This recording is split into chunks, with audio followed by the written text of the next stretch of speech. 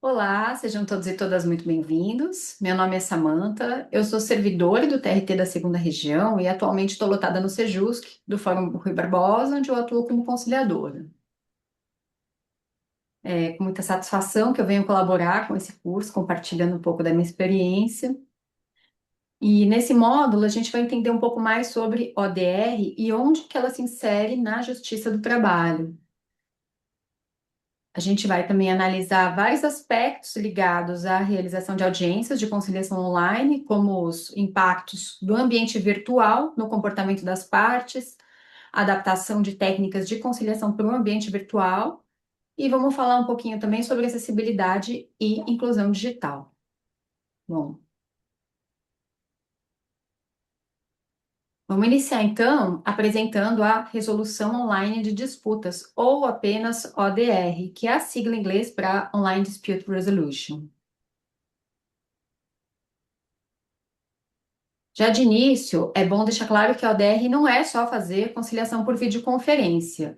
É um conceito muito mais amplo, tá? Tanto que ela surge inicialmente no setor privado, né, nas plataformas de comércio eletrônico. E um dos exemplos mais clássicos é o eBay e o PayPal, né? O eBay tem um volume imenso de transações diárias e, naturalmente, ele precisa lidar também com um volume imenso de disputas, muitas vezes envolvendo compradores e vendedores que estão em países diferentes, falando línguas diferentes. E para isso que eles fizeram, desenvolver uma plataforma de ODR, e essa plataforma lida com um número imenso de disputas, resolvendo de forma positiva cerca de 90% dessas disputas, e na maioria das vezes sem nenhuma intervenção humana.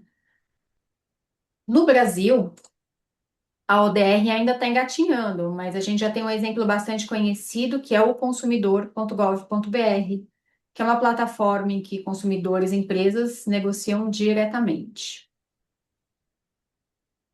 Isso mostra que na ODR a tecnologia não é apenas um meio de comunicação, né? Ela faz parte da dinâmica da ODR. Tanto é que uma das definições de ODR é tecnologia aplicada para prevenir, gerenciar e resolver conflitos. Então, a ODR ela pode assumir diversas formas, mas tem sempre alguns pilares centrais. Um é a comunicação à distância, que facilita muito o acesso das partes à conciliação. O segundo pilar é a automação parcial de etapas, né, do processo, que diminui bastante a intervenção humana. Temos, por exemplo, a redação totalmente automatizada de minutas e atas. E, por fim, temos o uso intensivo de dados e suporte tecnológico à decisão. E o que seria isso? A ODR ela pode reunir e sistematizar várias informações, por exemplo, jurisprudências, né, que podem ajudar a gente a resolver o conflito. E aqui entra a inteligência artificial, que pode criar cenários e até fazer sugestões de acordo, né? Então, com isso, alguns autores afirmam que na ODR a tecnologia passa a funcionar como uma espécie de quarta parte do processo. Temos então os próprios envolvidos na disputa, né, o mediador como um terceiro neutro, e a tecnologia como essa quarta parte, interferindo na dinâmica do processo. Bom, e aos poucos, a ODR vai começando a ser incorporada também pelo Poder Judiciário, né? Nosso ordenamento jurídico atual já tem diversos dispositivos que autorizam que a gente use a ODR, na verdade, até incentivam que a ODR seja utilizada no processo judicial. Então, de início, a gente já encontra respaldo para o uso da ODR na própria Constituição, né, uma vez que ela ajuda a concretizar os princípios do acesso à justiça, da duração razoável do processo e da eficiência administrativa. O CPC de 2015 tem um bloco de artigos que prevêem a prática de atos processuais por meios eletrônicos também. E temos também outros princípios que embasam a utilização da ODR no Poder Judiciário, que são o da busca pela efetividade e o da instrumentalidade das formas, né? Que tem até mais relevância na Justiça do Trabalho. Então, segundo esse princípio, se o ato atinge a sua finalidade e não causa prejuízo às partes, então ele tende a ser preservado. Além disso, a CLT também dá aos juízes ampla liberdade na direção do processo, né, visando a celeridade e efetividade. E, por fim, a lei da mediação previu expressamente no artigo 46 a realização da mediação à distância.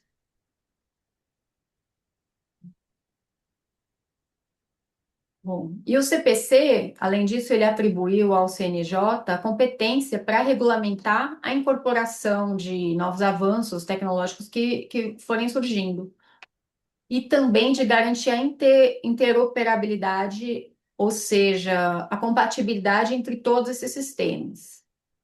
E o que impulsionou o CNJ a editar essas resoluções foi a pandemia de Covid, né? Porque ela exigia do judiciário uma resposta rápida por conta da necessidade de distanciamento social.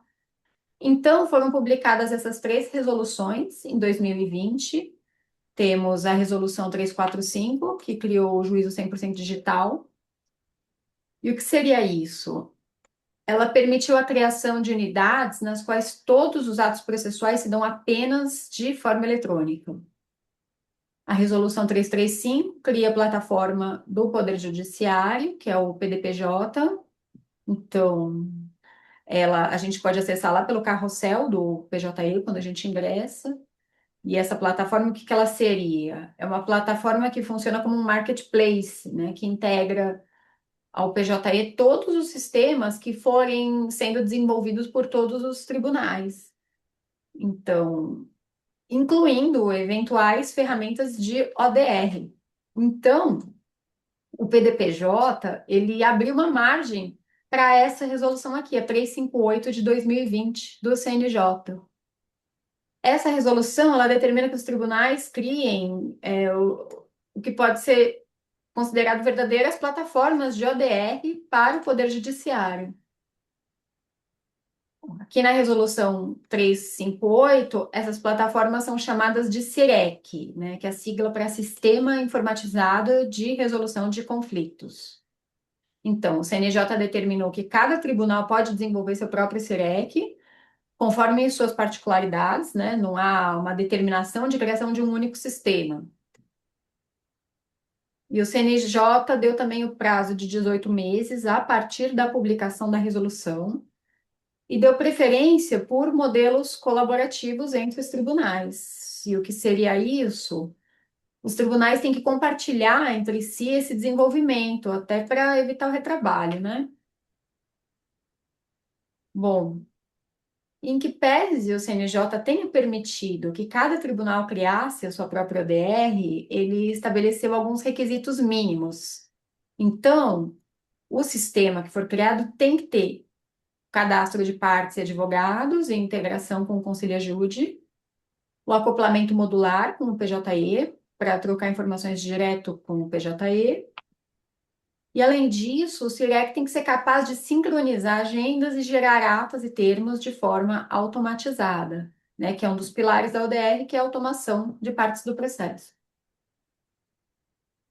Bem, esses eram os requisitos obrigatórios, mas a resolução traz também alguns requisitos recomendáveis para a implantação gradual, que são possibilidade de negociação por mensagens síncronas e assíncronas dentro da plataforma, né, fluxos de aceite e assinatura direto, relatórios de gestão indexados ao objetivo da Agenda de 2030 da ONU, e, por fim, integração modular para empresas e grandes litigantes. Então, aquele prazo de 18 meses para que os tribunais desenvolvessem o CEREX já acabou, né? Já tem uns anos, que a resolução é de 2020, e até esse momento o que a gente tem, na verdade, é uma implantação da ODR de forma bem desigual ainda entre os tribunais e progressiva, tá?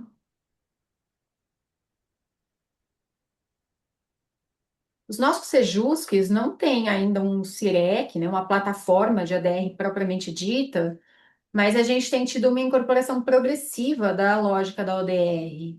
Então, a gente foi adotando diversas ferramentas tecnológicas, né, para ajudar nas conciliações, e algumas das que usamos aqui no dia a dia são essas aqui, ó. o Zoom, que a videoconferência continua sendo a principal ferramenta, e o CSJT instituiu o Zoom como a plataforma oficial de videoconferência em toda a Justiça do Trabalho. Então, tem que ser usado o Zoom. A gente começou a usar também o ChatJT, que é uma ferramenta de IA desenvolvida pelo CSJT. O ChatJT é, na verdade, uma adaptação do Gemini, né? Só o que muda é que ele tem a questão do sigilo dos dados e ele tem integração direto com o PJE. Então, ele consegue consultar os documentos dos processos que estão no PJE de forma direta. É só a gente inserir o número do processo lá no ChatJT e ele faz a pesquisa. E dentro do ambiente do ChatJT, a gente tem diversos assistentes que são, na realidade, prompts produzidos por servidores e magistrados.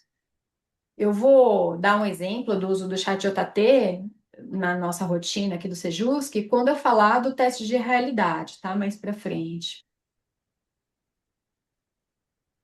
Bom, aqui vamos falar um pouquinho sobre a resolução 415 do CSJT. Ela é uma resolução bem importante para quem atua no Sejuscs. Ela regulamenta a política nacional de conciliação do CNJ no âmbito da Justiça do Trabalho, né? Então, na verdade, ela consolida várias resoluções anteriores do CSJT. Eu vou trazer aqui alguns pontos dela, mas é importante que quem atua no Sejusc faça a leitura integral dessa resolução, tá? Incluindo até os considerandos. Então, a resolução 415 determina que todos os Sejuscs da Justiça do Trabalho estejam integrados ao juízo 100% digital, que as audiências telepresenciais devem ser feitas pela plataforma eleita pela Justiça do Trabalho, que no caso é o Zoom, sendo aceitos outros meios apenas de forma excepcional. E a resolução prevê ainda a possibilidade de audiências presenciais, tele ou híbridas, ou seja, alguns participantes fisicamente e outros de forma virtual. E essa flexibilidade aqui é importante para evitar exclusão digital, né? Para evitar barreiras aos chamados excluídos digitais. E quais são as barreiras que eventualmente a gente pode encontrar para o acesso a uma audiência telepresencial?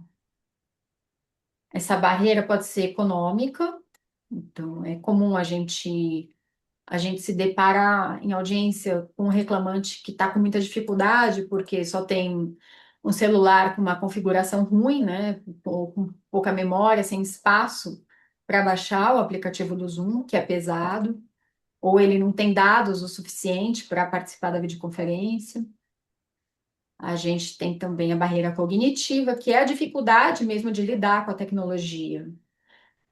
E ela é muito comum, por exemplo, com idosos, né, que não estão adaptados, né, com a tecnologia, com o uso de aplicativos, de Zoom. E a barreira geográfica, que é um pouquinho mais incomum, né, mas também a gente tem que considerar. Então, nós conciliadores, a gente tem que ficar muito atento para identificar quando está acontecendo uma situação dessas, quando alguém está diante de uma barreira para participar de forma plena na audiência telepresencial. Então, a gente pode fazer algumas coisas nesses casos, né? A primeira é a gente ter tolerância com as quedas, com as falhas no sinal, com a dificuldade em usar a plataforma, né? A gente precisa explicar como que usa as ferramentas, e isso é muito comum, a gente sempre está explicando no começo de todo dia praticamente tem alguém com dificuldade de acessar, ou de abrir a câmera, ou de mutar, desmutar. E a gente tem que explicar com cuidado para a pessoa não ficar constrangida, né? O ideal é a gente fazer a pessoa sentir que essa explicação é um procedimento normal da audiência, que a gente sempre faz, que é comum, né? E é mesmo, né? Tem até advogados que às vezes encontram dificuldade. Uma coisa que também é comum é a gente ter um reclamante participando com a ajuda de alguém, né? De um familiar ou de alguém da confiança dele. E não tem problema, né? Quando isso acontece, a gente pode até sugerir que o reclamante peça auxílio para alguém, se isso for uma forma que a gente vai conseguir prosseguir com a audiência online. Mas, por fim, se a gente vê que não tem jeito, que a participação da parte está prejudicada, que ela está nervosa, que não está dando para ela prosseguir de forma plena, então é o caso de a gente propor audiência presencial ou híbrida. Aí a gente redesigna a audiência e já consta lá no, e consta que a próxima vai ser feita de forma híbrida ou presencial. Lembrando que a resolução 415 do CSJT nos dá essa flexibilidade, né? Bom, encerramos aqui esse primeiro vídeo, onde falamos um pouquinho sobre ODR, sobre como a ODR tem sido absorvida pela Justiça do Trabalho. Falamos um pouquinho também sobre as regulamentações, as resoluções do CNJ e do CSJT, e um pouquinho também sobre a exclusão digital. Então, aguardo vocês no segundo vídeo desse módulo. Até mais!